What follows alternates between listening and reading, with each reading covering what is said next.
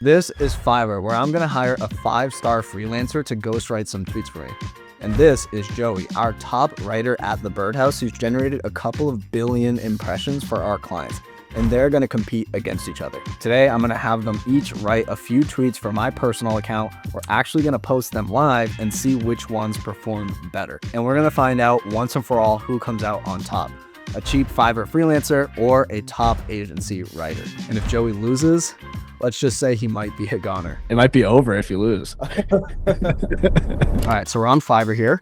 I just sorted for like Twitter. Maybe I'll write Twitter ghostwriting. It says pro services by vetted pros. Okay, 5-star. I'm not paying $3,500. Jesus Christ. I will write optimized LinkedIn content. Maybe I should take out ghostwriting so we get actual Twitter people. Let's see. I will plan. This is Twitter ads. So there's really only one 5-star vetted pro. I mean, he only has 2 reviews. But she has 4.9, 16 reviews. Let me just check these. 8 orders in the queue. That might take a long time. 1 order in the queue, level 1. But she says top rated. I'm scared. All right, we're gonna go with this guy. This guy makes the most sense. It seems like it's the best. 21-day delivery. We're gonna try to get expedited. It's harder than I expected already. So confusing.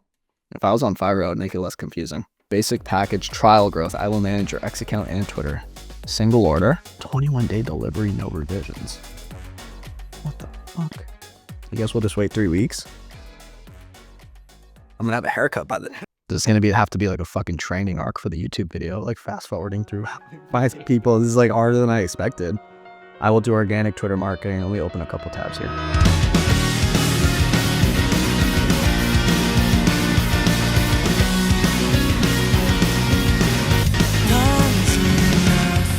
$10-day delivery, 30-day delivery.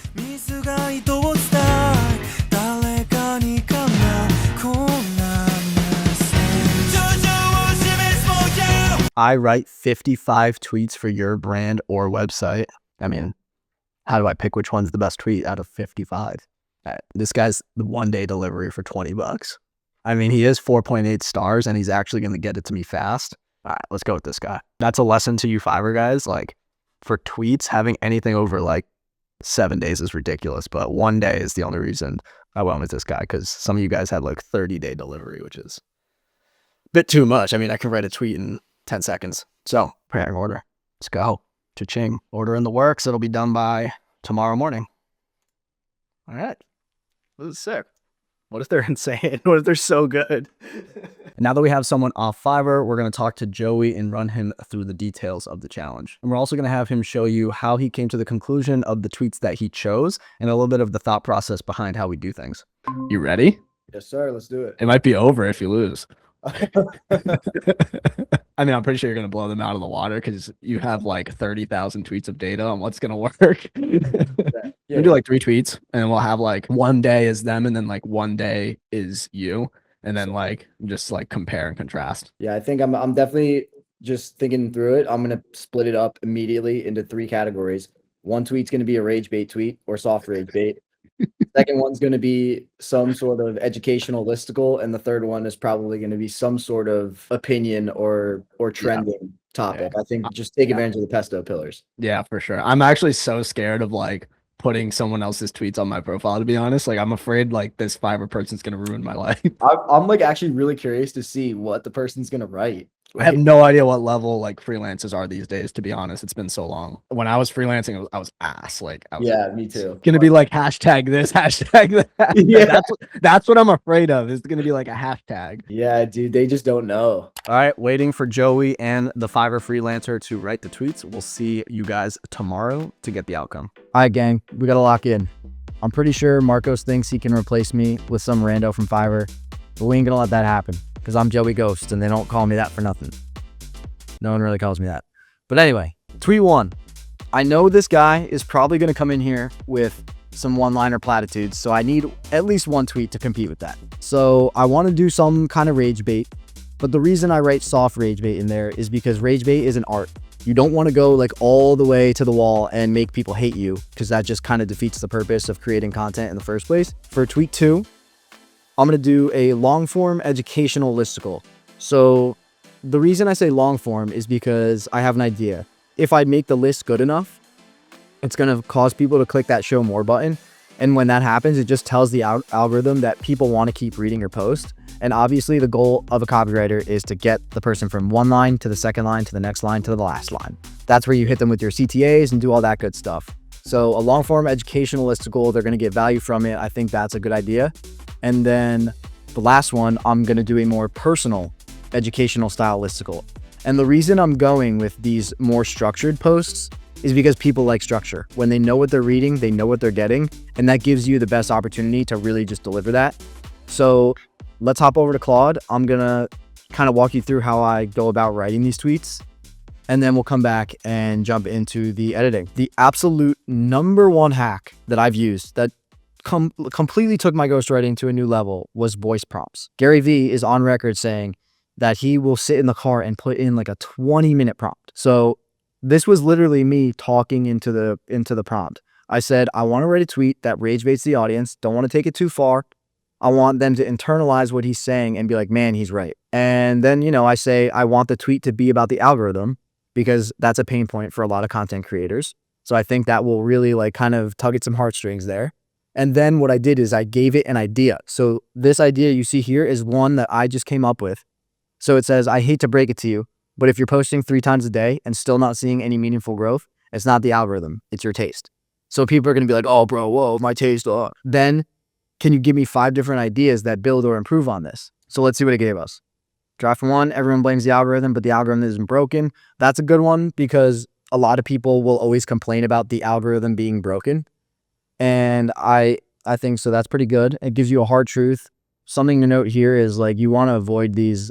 We would definitely edit out the M dash because that's like a very clear sign of AI writing. A lot of these are quite long.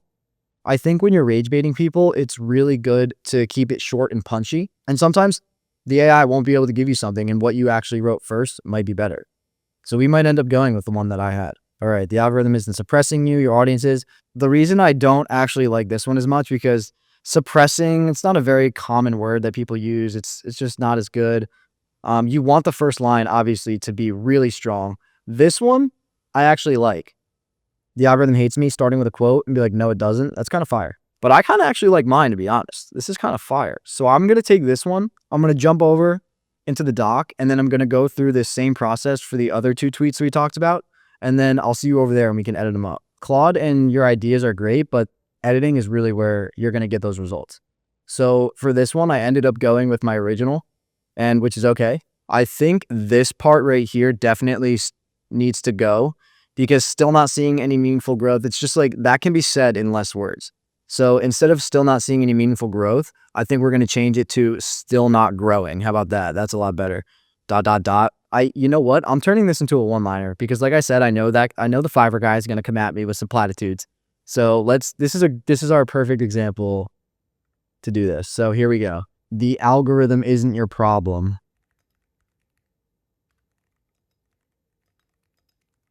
Comma, it's your taste. This is going to be funny because I know people are going to get pissed at this, but it's still not crossing that line, like I said. For tweet 2, this is the Megabolt listicle that I wrote. And the first thing I did was I was like, I need a good headline. So if I had 6 months to go from 0 to 10K a month, this is exactly what I would do. I think I'm going to change here's another way of kind of like limiting the words here.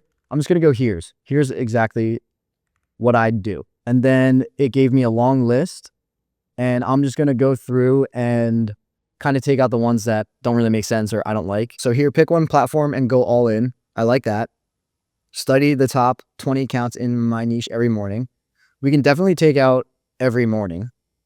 So the goal here too is to keep it kind of short and punchy. That's one thing I really like to do because that's going to give me a little more space and take up more of the timeline. And then it's going to also have that show more. So it fits all in those like short lines.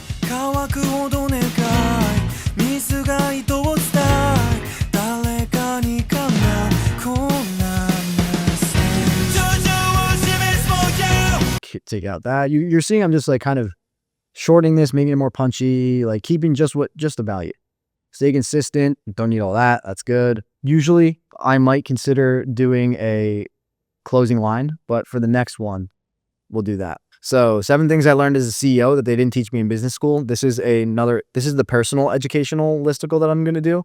And Claude just gave me all of these. So what I'm going to do is cut it here and then come back when I have 7, because what I like to do is just get a giant list and then pick the top 7. One thing I like to do with all of these little list tweets that I do is kind of just, I'll take these and put them in cascading order. And this is just a personal preference, but I find that it does a lot better when the tweet is just visually appealing. And then this last line, I'm going to edit this up because it's kind of just corny. So, or just not corny, but it's just not, doesn't flow. So business school taught me theory. And then I'm going to say, but building taught me reality, just to kind of humanize it a little bit. And that's that. So we have our 3 tweets. So wish me luck. Joey Ghost out. Okay, so we officially have the tweets from the Fiverr freelancer, and we have the tweets from Joey here at the Birdhouse. So I'm going to go through the 2 different sets of tweets and just kind of give my honest thoughts on what I think is going to work. I want to make some predictions, and then I'm going to go ahead and schedule them for Monday and Tuesday, and we're going to let them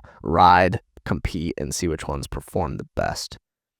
So going into the tweets here from the freelancer, obviously there's 55. So what I think I'm going to do is try to give them the best chance of success and just pick, I don't know if I want to pick 3 random ones or 3 of the best ones, or maybe the 3 first ones, but just going to read through some of the tweets here. Your personal brand is what people say about you when you're not posting. Posting consistently just reminds them. If your tweets don't make someone feel seen, they won't make you money. Growing on X isn't about being smarter, it's about being clearer. So they're all kind of just like 1-2 punches. There's a little bit of there's some creativity here. There's no really, I could do italics, but I'm not going to do that. Clarity, creativity is great to their consistency. Now, to be honest, it looks like he did some research on me, which is a good thing. Or he either did research on me or did research on other people that kind of tweet about X growth. So they're actually not bad. They're like, again, they're all really punchy. But I'm going to try to give them the best chance of success. So I'm going to pick the ones that I think will do the best. I like this one. Stop trying to sound impressive. Start trying to be understood. So a good thing about this is it kind of has like a wide TAM. So when I say TAM, I mean total addressable market. What that means is that this can essentially appeal to a vast variety of people. The TAM is really anyone on the platform. So what it does is it goes more broad and it gives me a chance of that like mass market normal virality rather than only appealing to people who are growing their personal brand or growing on X. So I always like to mix in some of this top of funnel stuff into my content, whether it's an opinion or a personal story or a piece of just like regular expertise. I already have a good amount of followers, so I do think these wider TAM tweets have a chance of success. So I'm going to pick that one. It's funny because when I look at some of this content, like growth hack tweet things people screenshot, I actually think this has the foundations of a really good post. Like make your content, like content hack would be like make it screenshotable, or make content so good people screenshot it. Like something like that has legs, but I do think growth hack tweet things people screenshot is just a little bit too oversimplified for it to make sense. So I'm trying to give them the benefit of the doubt here. Build in public, win in private. Okay, I feel like this is another good TAM one. It's kind of just like a little bit of like mass market motivational. It's kind of hustle porn, but again, I'm gonna try and give him the best chance to succeed here. I'm giving him an advantage. He did have 60 tweets.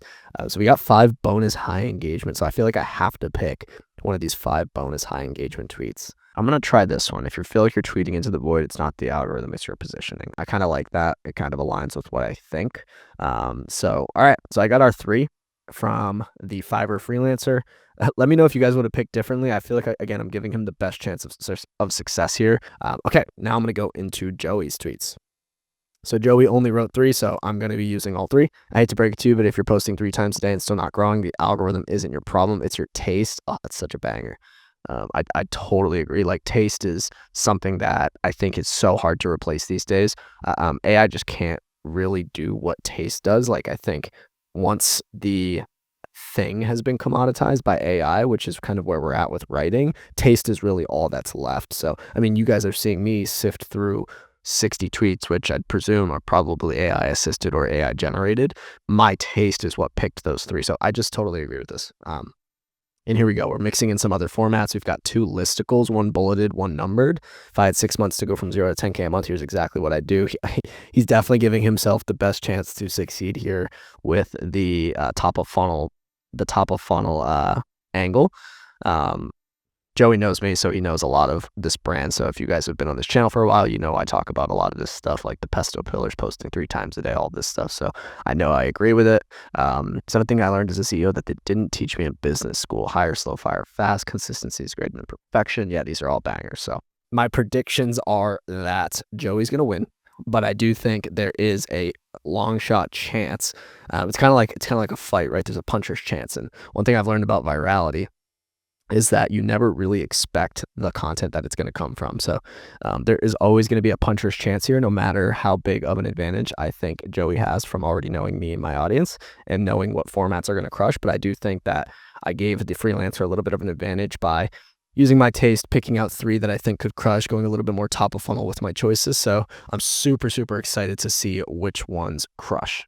Okay, so I have them all scheduled here. Like I said, I gave them alternating time slots. So we've got a couple of the freelancers tweets on Monday, and then we've got one of the Joey tweets here in the middle. And then on day 2, we have one listicle from Joey at 8:56 a.m. and then we've got one at 3:04, and then we've got one of the freelancers sandwiched between. So these are going to be happening Monday and Tuesday of next week. I'm super excited to see the results, and once we do, we'll come right back. 1 week later. Okay, the results are in. I grabbed all of the analytics from all 6 posts.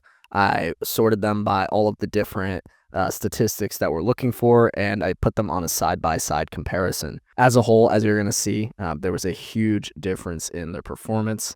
Drum roll, please. Bang. Joey outperformed the Fiverr freelancer on literally every category that's relevant. Total impressions was about 5x as many as the Fiverr freelancer. Engagements was a little over 6x. Engagement rate was really close. Joey just edged it on the engagement rate, and that's despite having a tweet that actually popped off, so it's very impressive. 140 likes to 29, big difference. 127 times as many bookmarks, obviously.